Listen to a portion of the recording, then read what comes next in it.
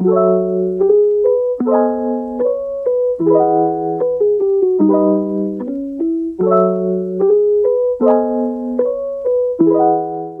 is the word, bird? Welcome back to Barely Behind the Beats number 7. I'm doing this during the day, so if you hear any little or any kind of noise, I think right now they're outside cutting grass. My apologies. That's why I usually try to do these at night or super early in the morning. But anyway, today we're going to be going over I guess it's called a jazz hop beat that I just did yesterday, I believe. So yeah. And by the way, I'm not trying to do these daily. I'm just putting them out when I put them out. So yeah, you may get 5 a week, you may get 2 a week, who knows. But anyway, let's get this bad boy rolling. So jazz hop is basically hip hop and jazz together, I guess. You get, jazz and hip hop. Therefore you have jazz hop. Pete Rock was real big on this back in the Gap. I want to say Q-Tip. There was quite a few people who like predominantly sampled nothing but jazz. That's why it's so damn popular. I know this isn't lo-fi, it's jazz hop or hip hop with jazz. I don't know. Either way, take a shot every time I say jazz. All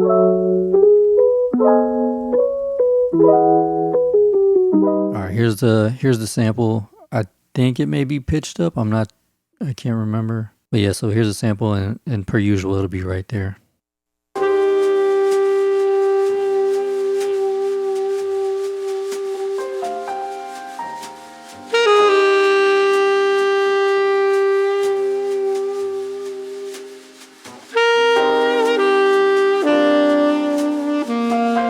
So that's the sample. I did a whole bunch of shit to it. And as of right now on the master bus, I've got the isotope vinyl with the wear pretty high. So that's why you may hear some distortion. But also on the sample itself, I've got on this group, the sample group saturation knob, an EQ that's probably high passing to get rid of the bass, a filter doing the exact same thing, and then a compressor. Which, by the way, when you're using a compressor, be sure to gain match. With this native compressor, the moment you put it on, it's adding like 6 dB of gain.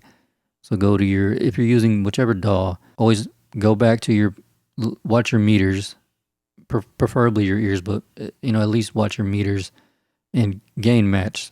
That gain knob is there for a reason. Well, mine is right here, or in any plugin. So if the threshold is pushing an extra, 5 dB, well, then you're gonna want to cut back on 5 dB, which here it did minus 5.8. So yeah, just a little quick tip, and eventually I'll talk about VU meters. But for now, I'm gonna play what I have as far as the sample goes, 16 level, old school shit, and then for the verse.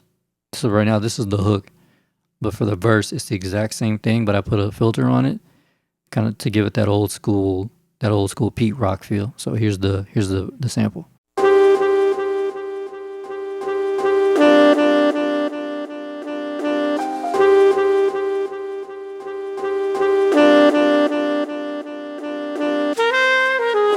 All right, so that's what I got for the hook. I mean, it's the exact same thing on the verse, and yeah, I guess we'll jump over to that right now. Okay, so here's the verse, exact same sample with the low pass. What did I do to it? The cutoff is at 260. So basically, just cut off the high end of the horns, so that way the vocals will be able to cut through more. Because again, less is more, at least with these type of beats. And you don't ever want to add too much. So here's the verse.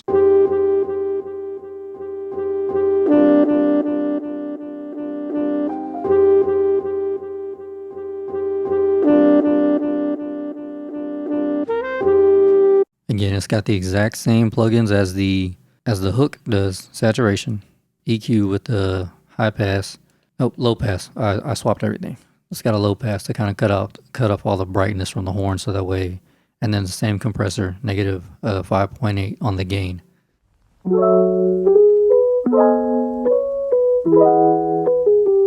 right, I'm moving on to the bass. The exact same thing. So I've got 3 instances of this sample going: hook, verse, and then the bass line. And the bass line is, with jazz, it's a lot of stand-up bass, so it's predominantly going to dominate the low end. The drums are barely there. That's why so many people used to sample them, because there wasn't full on snares or rim shots. It was that brush snare. That's why you hear that shh in the background. All right, so here's the bass line. Again, it's the exact same thing as the verse and the hook, but it's just low pass filtered, so that way you get all of the low end elements from the sample. So here's the bass.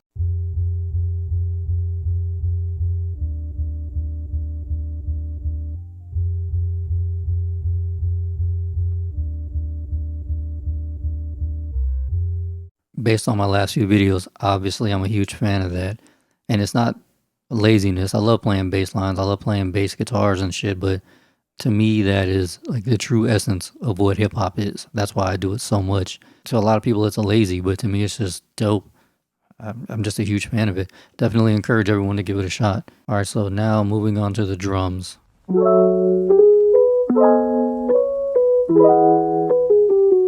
Well, this one I'll try something a little different.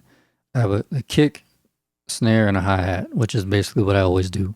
But this kick here isn't just a kick; it's actually a loop, and I'll play it out. But what I did in Machine is I wasn't really feeling this. I don't know, the snare wasn't fitting the beat, so I kind of just silenced that part, and in doing so, the loop sounds like shit, but with all of the drums together, it actually makes sense. So I'll play just the kick, the loop by itself.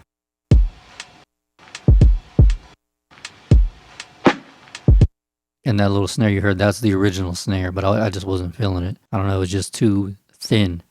Like it wasn't adding enough to the beat. So here we go. We're now moving on to the snare. This is the snare I actually like, and I believe this is from Cookin' Soul. I have a shit ton of drive. It's run through the SP1200 engine. I believe so was the kick or the loop, with a bunch of drive. And then the hi-hat, MPC 60 with a bunch of drive, saturation, whatever. And here's all the drums all together.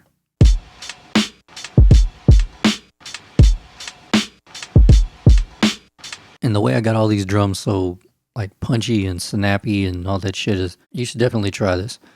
Group all your drums. If you're not already doing this, this is for people who haven't even, thought of this. Group all of your drums together.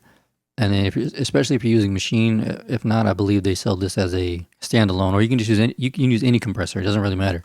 Just compress the shit out of them. So that way the snare, because if I take everything off, the snare sounds weak as hell. But right now it's super punchy and snappy. Even the hi-hat sounds dope.